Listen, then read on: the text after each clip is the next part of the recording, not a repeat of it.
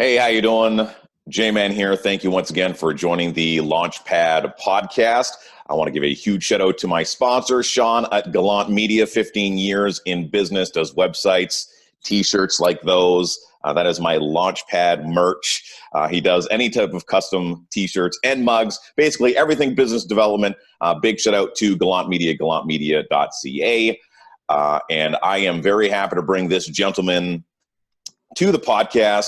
And I think it's really important that we're going to be touching on this topic of finances. Now, this is a gentleman that knows what he's doing, like incredibly. And every time that I sit down and have a conversation with him, he's always talking about making moves, finances, money, stuff like that. He lives it, right? And the type of person that you want to get advice from is the type of person that practices what they preach. Jay Lees, he does that. He's regional vice president of Primerica. He's based right here in Ottawa, and I'm very happy to have you on the show. How you doing this morning? Great, man. How you doing? I'm doing great. I'd be better if you didn't have me up this early. People that know me really, really well know that I must like you, Jay, if I'm going to get up this early. It's because we're fellow Jays. Yes. Early bird gets the worm, my friend. All right. Now, I'm just going to jump right into it with you, and I told you that I would. I come from an MLM background, okay? And there is some stigma to MLM. Great products. I mean, I've been doing it for years. Some people look at it as being a scam, whatever, right? Mm-hmm. And I know that when you mention Primerica to some people, maybe they're taken back a little. And as I've gotten to know people through the years in your type of financial background, it's really you guys against the banks. You are specialized in what you do to where banks seem to take on a much more general, broader spectrum. Could you just, number one, let's get through that stigma and give you an opportunity just to say, what is it exactly that you do that's different from the banks? Why is what you do so special to the marketplace? Yeah, well, I think it's very easy. In the late 80s, the banks used to be in wealth management. But as the government began to deregulate banks, they went from wealth management into debt management. So their job, and anyone who's gone to college knows this. You walk into a college day one, there's guys handing out credit cards and a case of beer, and you sign up for your credit card. Then they're going to teach you to manage that credit card till the day you die. And so they're not really giving you advice. And I want to get off on a clear foot. If there's bankers watching this, I think there's great people that work in the bank. They're not the challenge. The challenge is the system is broken. The stigma that sometimes is attached to Primerica is that, can you make real money here? Well, the truth of it is, I always say, I think that you got to learn to make money by helping people. And I feel fortunate because I found one of those few that you can make good money. And if you're smart, you'll recruit. If you're smart, you'll recruit and teach other people to do it. That's just a very simple way. But when we can go out and teach someone how to get, 90% of all the money in Canada is sitting at 1% rate of return or just under 3% rate of return, and people have no idea that there's other stuff out there. 90%, $1.5 trillion is sitting at the bank getting less than 3%. So what we've got to do is we've got to figure out how to learn how to invest, but using terms like when I sit down with the famous, I use forwards, defenseman, and a goalie. It's something that people can relate to and understand. So that's essentially all we're doing. We're teaching them to go from debt management into a wealth management program, teaching them how to eliminate debt, classic stuff that our grandparents did, not so much, maybe even my parents, if you're part of that baby boom generation, yes, but my generation has grown up on the credit card and borrow, spend now, think about it later kind of thing. So it's just a transition of a mindset. Okay, so what's the number one thing that usually blows people's minds that gets their attention? You must have that one thing where maybe you're having a hard time getting through and you're like, boom, I'm going to drop this. This is going to open their eyes, and that gives you the opportunity to get in there and share the information that you'd like. There's a ton. Honestly, I think the number one rule, the thing that can really open people's eyes, I always tell people this, if you never meet me again, there's something called the Rule of 72, also known as the banker's secret. It's Albert Einstein's theory of compounding. The way it works, very simple. You take the rate of return you're getting on your investment, you divide that number into 72, the answer you get is the number of years it's going to take your money to double. So if you think of this, you go into a daily interest savings, and if you get 1%, your money's going to double in 72 years. If you're getting a 6% rate of return, your money doubles in 12 years. That is a big difference in doubling, not like, 1 to 2,000. Well, 1 to 2,000 is doubling, but 10,000 to 20,000 to 40,000 to 80,000, 160, and it goes on 320, 640, 1.2. It's truly compounding. MLM. This is the secret. Okay, I was going to say that sounds like compound interest. But also, that also works against you with debt too, right? Right. So True. Why is interest rate important? Why is it? Why should I have a credit card at 22%? You think of what the banks are making. And here's my biggest challenge with the banks. Who's being held accountable for lending that student with no income? Who is being held accountable on that? Who's being held accountable on, we're bailing out the banks, but when we need a bailout often from the banks, guess what? They're not there to help us. Right. So that's the challenge. There's no accountability in the lending industry anymore, and it's friggin' frustrating. Right. So I'll give you an example. Right now, I'm out there doing some refinancing, taking a look at refinancing. I'm self-employed. It's difficult, right? Yeah. And the banks basically work as algorithms. I could try to sit there and say, like, listen, you guys are like a multi-trillion-dollar industry, and I'm just a guy. Do you think you can put me to someone who can just stroke a pen and say, this guy's okay? He owns 2 homes. Now, I'm guessing in a bank, that's not going to happen. Now, with you, maybe the same thing won't happen, but I'm going to think that maybe there's a little bit more invested interest that someone can do personally that works in your industry to maybe help me find some alternatives or at least some guidance to how I can navigate these waters a little bit more efficiently. Yeah, absolutely. Well, our whole business is based around something called a financial needs analysis, or an F&A. They're fairly common. The challenge is that most of the industry doesn't deal with anyone. Well, middle income. Most of the industry has just gone, middle income has been, forgotten, pushed to the side because there's just not enough money to be made in that marketplace. So there's really not a lot of places for people to turn. So the point is you've got to find, if you're sitting with a banker and you feel like you need to have a shower after, you're probably not dealing with the right person. Right. If you're sitting with an investment guy or a life insurance guy, you just feel like, man, I got to go clean myself. You're probably not sitting with the right person. We're not yet in the lending business. There are rumors that within the next month, like I know a couple people who've gone to get their mortgage licenses. So I'm not there yet, but I can't wait till that marketplace opens up for me. I can't wait. Absolutely, because it gives you a chance to have that personal touch. For instance, I have an appointment at the bank tomorrow, and I don't know who I'm meeting. It's just, know what I mean? Now, I'm sure I get that choice amongst those people that are there, but I mean, I'm sure there's many more people that are doing finance in your capacity opposed to how many bankers there would be in Canada. I would say there's more independent people.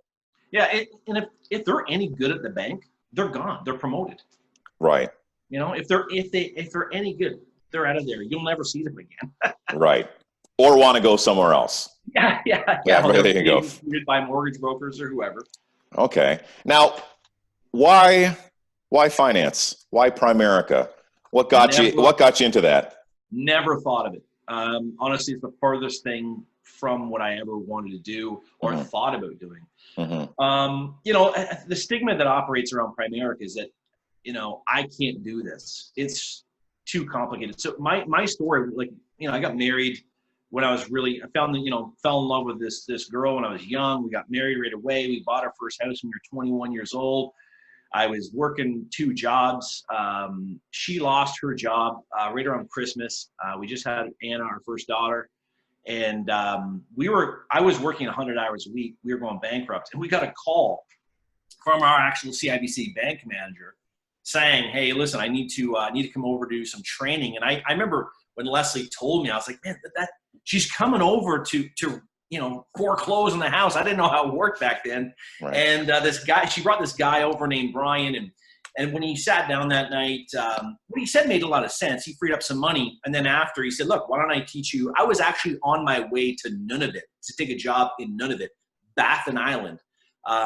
and to manage a grocery store. I would have been the sheriff, the postmaster, Really? and the grocery store manager, and for like 60 grand a year. And and he's like, "Are you nuts, man? It's like an 8-hour plane ride from Iqaluit, like an 8-hour plane ride north to Iqaluit from Iqaluit." And so he said, "You're nuts." And he said, "Why don't I teach you how to make 100 grand, staying here?" And I said, "Doing what? Like what you do?" And I'm thinking, "Have you seen my finances? I don't know what an RSP. I don't know what any you're talking about. Man, that's crazy." He said, "Look, man, it's just a system. You got to learn how to read upside down." And I went out my first weekend, and I think after getting my license, I failed it a few times, but my first weekend, I think I had 10 appointments. Didn't know anything, nothing from nothing. I just read the script. He told me how to, if someone asked me a question I didn't know, which was a lot, that's a great question. Would you mind if I just jotted that down and got back to you tomorrow with the answer? I had 10 appointments that first weekend, 7. It felt like spit in my face. It was my first experience in sales. And I closed 3. I thought, man, I'm going to get fired. I didn't know how it worked. And I went back, and Brian was looking at it. He's like, "Gee, there's like $3,500 in commissions here." And I was like, "What?" And he's like, "No, actually there's 4." And it turned out it was $4,038. And I was called my job is hang on 2 seconds, called my boss as I quit, and called my other job, said I quit. And I've been doing this ever since 16 years ago. Oh, wow. That's crazy. Now, yeah. Let's take you back to those early days where you didn't know where RSPs and GICs are. Now, I just need a yes or no for this question. Yes. Okay. RSPs, GICs, still something good to invest in? That's not a good yes or no, easy yes or no. See, that's because I don't freaking know. Okay, so listen, without going too deep into it now, and I'll lead you in on this. So I don't want it to be like inundating somebody with too much. I don't want their head to explode. Yeah. Talk to me, the person that reads at a grade 4 level. So I need simple, okay? So an RSP, that seems to be the go-to that you hear, right? Put your money in RSPs. And let's say if I had to give you the general things about an RSP is that if I take them out early, I'm going to pay a lot of taxes on them. I think if I wait till they mature, I still pay taxes on them. Another thing would be that if I want to use them towards relaxing my taxes or potentially putting them through to buy a home. Yes. That's what I know about RSPs. In regards to how I allocate those RSPs to make that shit happen, no idea. So just speak to me on those things that I spoke to you on. Well, first thing, RSPs, you should never touch them. You put the money in until you retire, you don't touch them. Just a plain rule of thumb. I don't like the first-time home buyers program because you can retire with debt. You can't retire without money. People have to understand that. Yeah, debt is terrible to have. But RSPs are great for us. For wealthy people generally stay away because of the tax at retirement. There's just more tax-efficient ways, whether it's capital gains or dividends or whatever, tax-free savings accounts. RSPs, the simple rule of thumb. Now, I've been lucky. I've had a coach, Brian, he treats me like one of his kids. And it's always been, you don't touch your RSPs. He's very vocal about that to me and his kids. Your RSPs are only for one thing, and that's retirement. And the idea behind it is you get a big tax refund now, but when you retire, you'll have a little bit less money. So you'll pay less taxes when you pull it out of retirement. That's the principle behind it. The way you want to think about it, if they were, if they're good enough that the government will cap it, because the government doesn't want you taking too much advantage of them. That's why they cap it. Okay, so it is a decent investment. It may not be where you put your money right now, but you're saying it's a decent investment for your retirement. It's a registration, right? So you can use your RSP in different types of investments. RSP is just a registration. Tax-free savings account is a registration. Right. So you think that everyone should have RSPs then? Yeah, in middle income for sure. Absolutely. Okay. GICs, I've never known much about these. I know that they're in the toilet right now. I mean, I guess that's due to COVID, which seems to have a lot of things down. Like, why? Is there another reason? No, GICs are just a terrible from day one. They'll always be terrible. What the idea is, you take your money down, they're going to lock in your rate of return. Okay. Generally, the rate of return is 1%, maybe 1.25. Sometimes you'll see 4%, if you read the fine print, it's 4% cumulative over 5 years. So it's Okay. less than 1%. But inflation is 3%. So you actually lose 2% a year just by investing in GICs. Right. They're a terrible, terrible investment. Banks, easy to sell, because I know I had one. Banker sold me by saying, hey, Jay, do you like to lose money? My answer was no. He said, great, put it here. Okay. Right. So, okay, so I'm listening to a lot of financiers around the world, and because of the pandemic, people are freaking out. There's talk of the American dollar going to poop because of just printing out too much. I think they just printed $1 trillion or something like that. They took from the reserve. So the steps are already being taken, right? And there will likely be some bailouts. We don't know how much longer this is going to go, how a vaccine might impact this whole deal, whatever the story might be. But there's a lot of people talking about buying gold and silver and things of that nature. Do you think it's good regardless to have some gold and silver in your portfolio? It seems like gold is always a good investment. Or is it just not time to press that panic button just yet and kind of keep things business as usual? Or is it really time to adapt to today's marketplace? Yeah, well, I think it's hard to tell the future when you're emotionally invested, right? The more emotionally invested you are, which I am, the harder the future becomes. You become blinded to the possibilities. I will say this. Back in the 70s when the oil crisis was there, if you read Time magazine, it probably read the same as what you just said.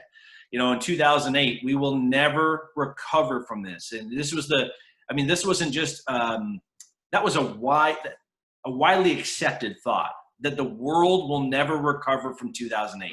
It was a widely accepted, the world has ended financially 10 times in the past. And the world has always recovered. So if we keep that in mind and we just play it to ear, this is why making sure that if you do have investment accounts, you're positioned for security, not growth. Don't be greedy right now. Just be focused on security in your portfolios. And that's the main thing, by bond funds and things like that.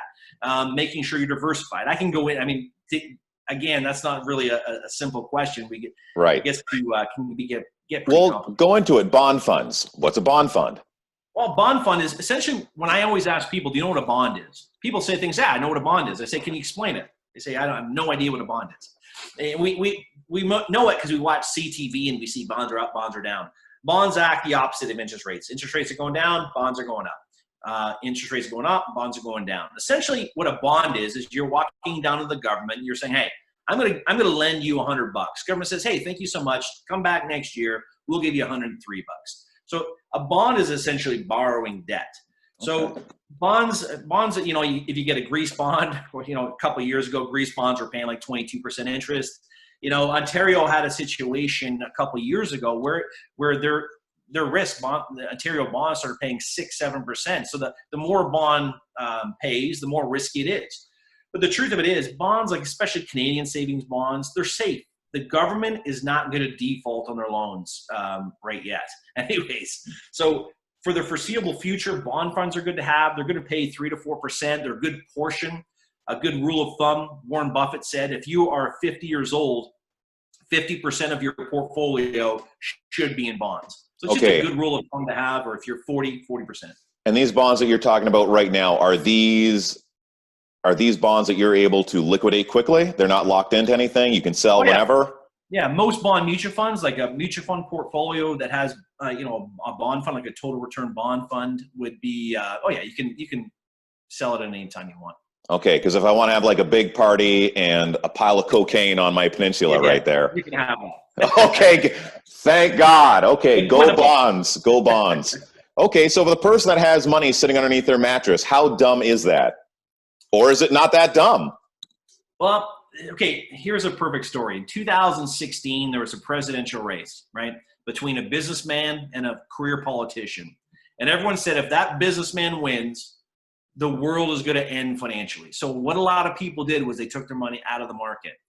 When they did that, the Dow was sitting at about 17,000.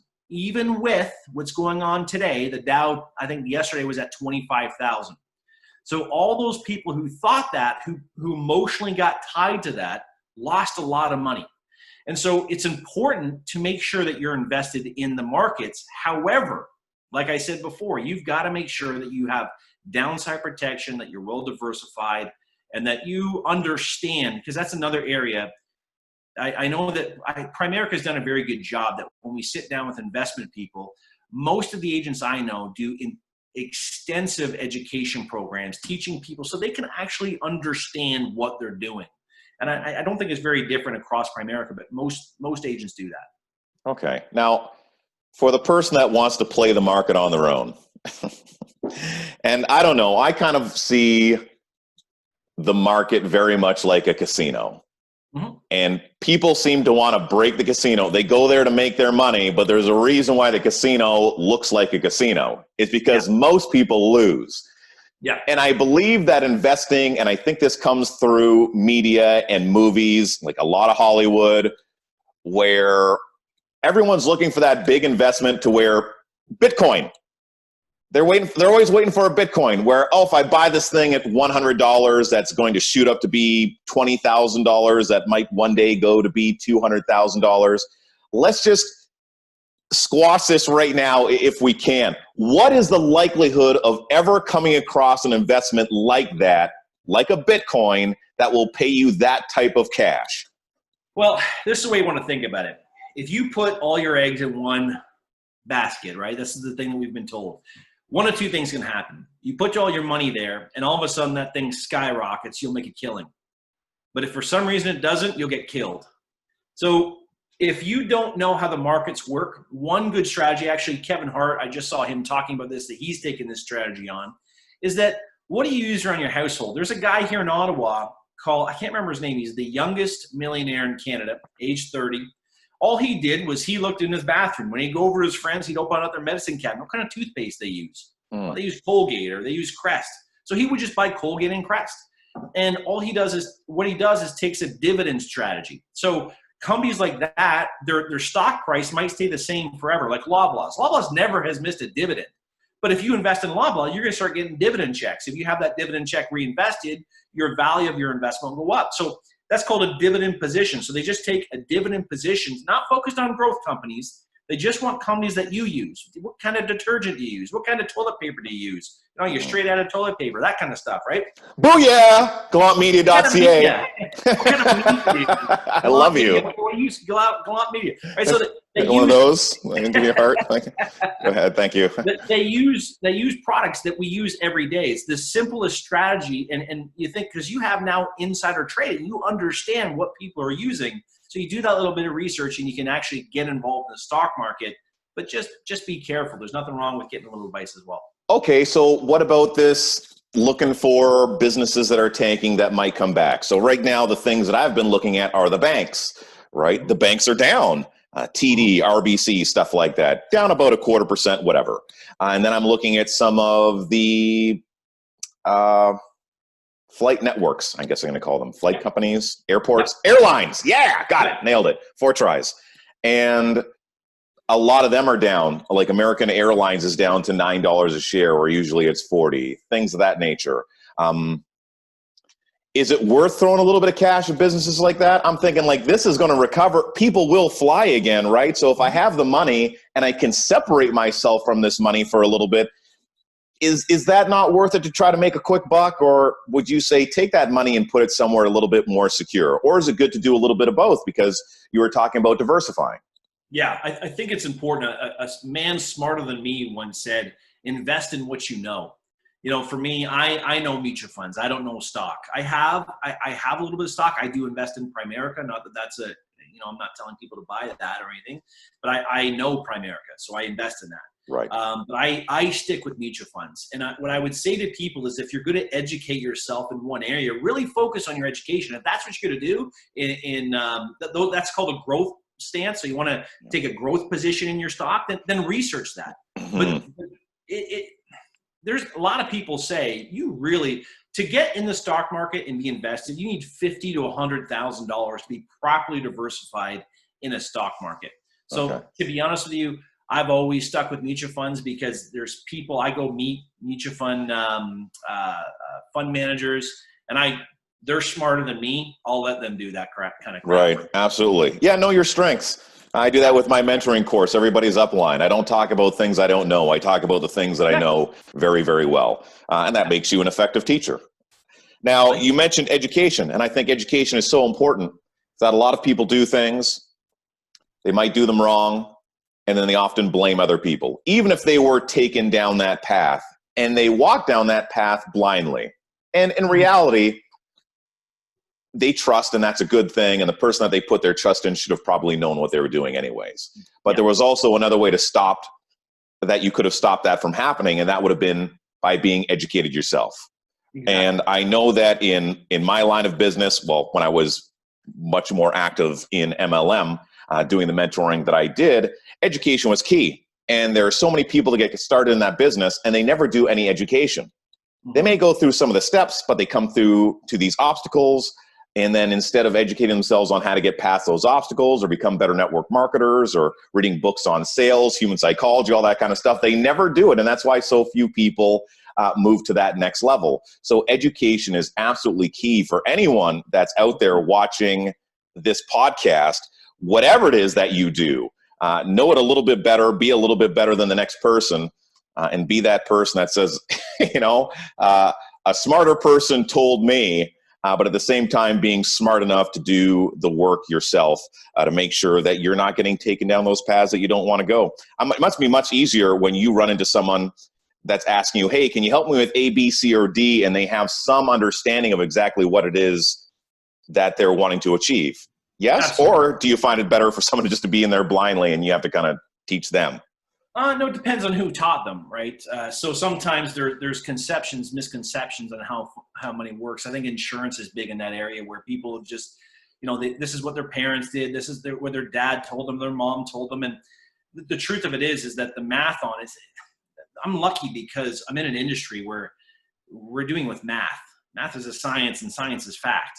So it's easy to show someone logically the numbers and they can make up their mind for their own. But sometimes we go down a path where they just get ignorant. No, this is what my dad told me. And look, my dad's my hero.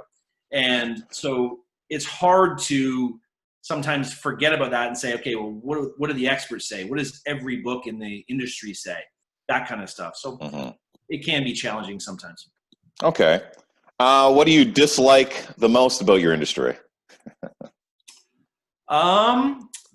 There is, well, you know what, honestly, to be perfectly honest, it's the misleading, in our industry across the board. There's a lot of lawsuits going on right now. And I think the investment industry itself is under attack, from the regulators with good reason. There's churning going on, which is investment advisors having people sign blank forms. It's shady stuff, man. Because the challenge is that they put quotas on them, and companies keep cutting back their pay, and they get desperate and they make moves. I've seen situations where we had a client who had originally started off with $300,000, and he thought he had that.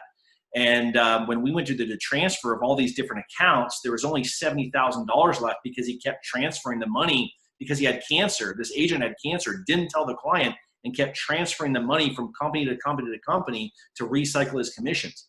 And I'll tell you, this guy's like 55 years old. Thought he had 300,000 or whatever it was, and now he's down to like 70 grand. Right. I mean, it's some bad stuff out there. Yeah, all the more reason to do your research, right, and find the person that you want to do some business with. Never sign a blank form. Ever sign a blank form. Ever. Read that crap. Okay, and what do you love the most about your industry? I love. Here we go. Honestly, I love showing people that it is actually possible to get debt free. Even if I didn't get paid, it would still be worth it. There's something about, I love putting the plan together. When I sit down, I ask them a ton of questions. They give me all their stuff. It's like a giant jigsaw puzzle.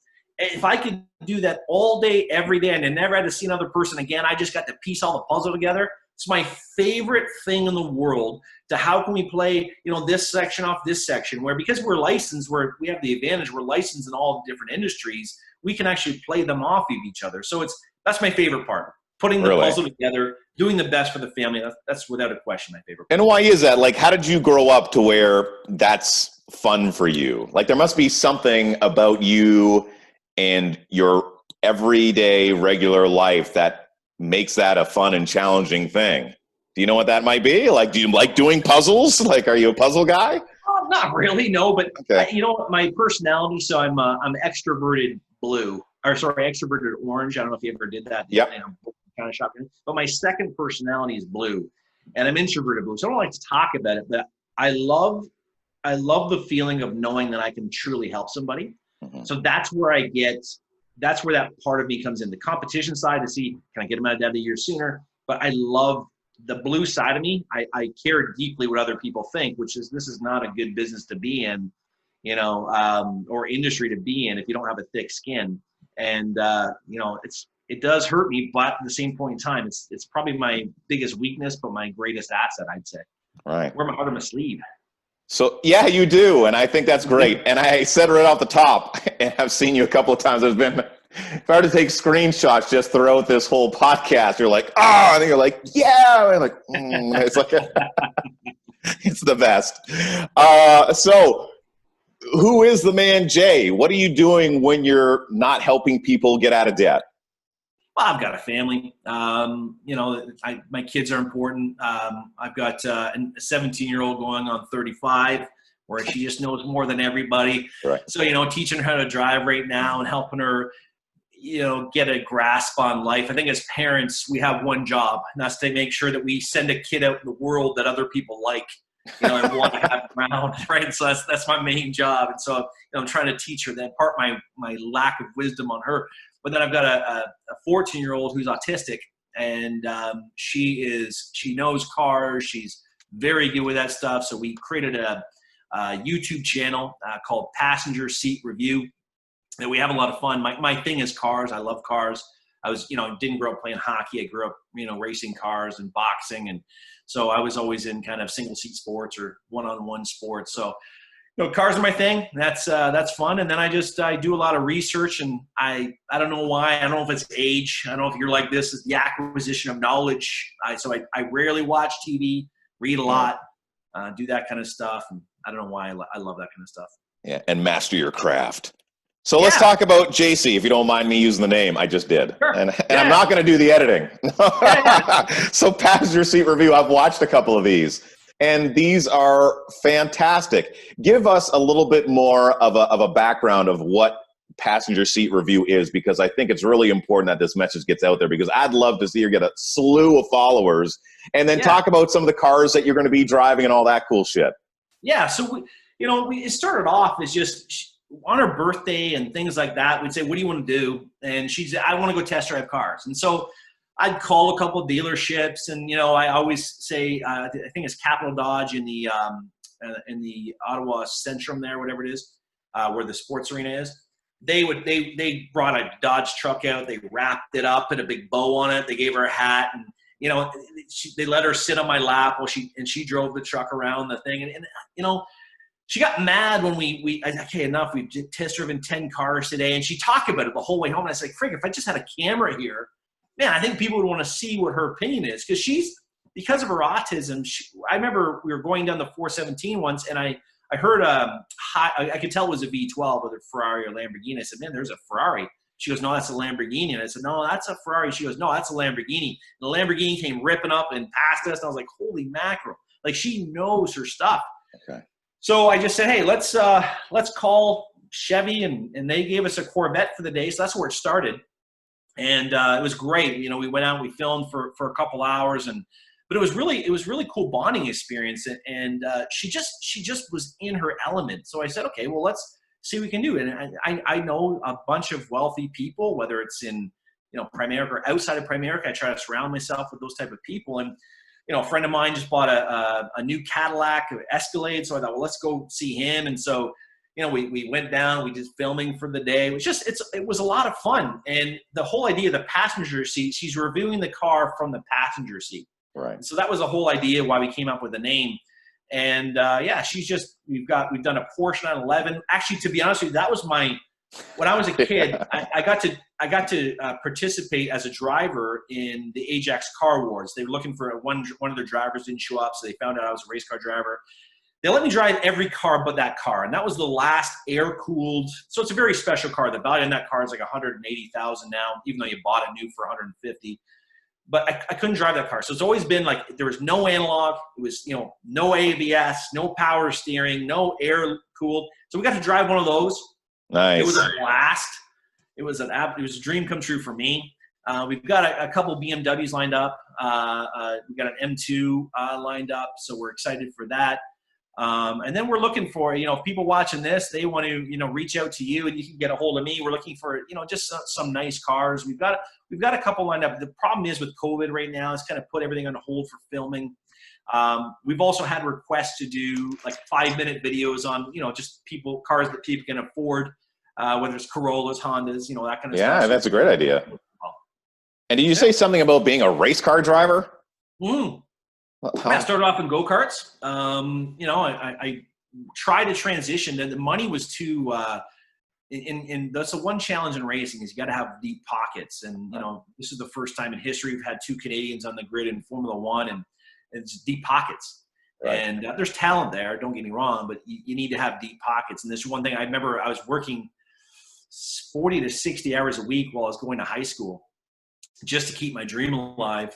Ended up going to Toronto, and after I graduated, the first job I had at a school was at a driving school and racing, indoor racing, go-kart. We were one of the first ones, and I pretty well lived at the track constantly. I was just, I loved it. It's still one thing that I feel like I've got talent. I just never had the financial backing. So you would know, the Tracys and the Villeneuves and stuff like that when we were coming up. Yeah, they were with Players Light, I believe. Was that who they were with? I got a scar from the late Greg Moore, one of the great Canadian drivers.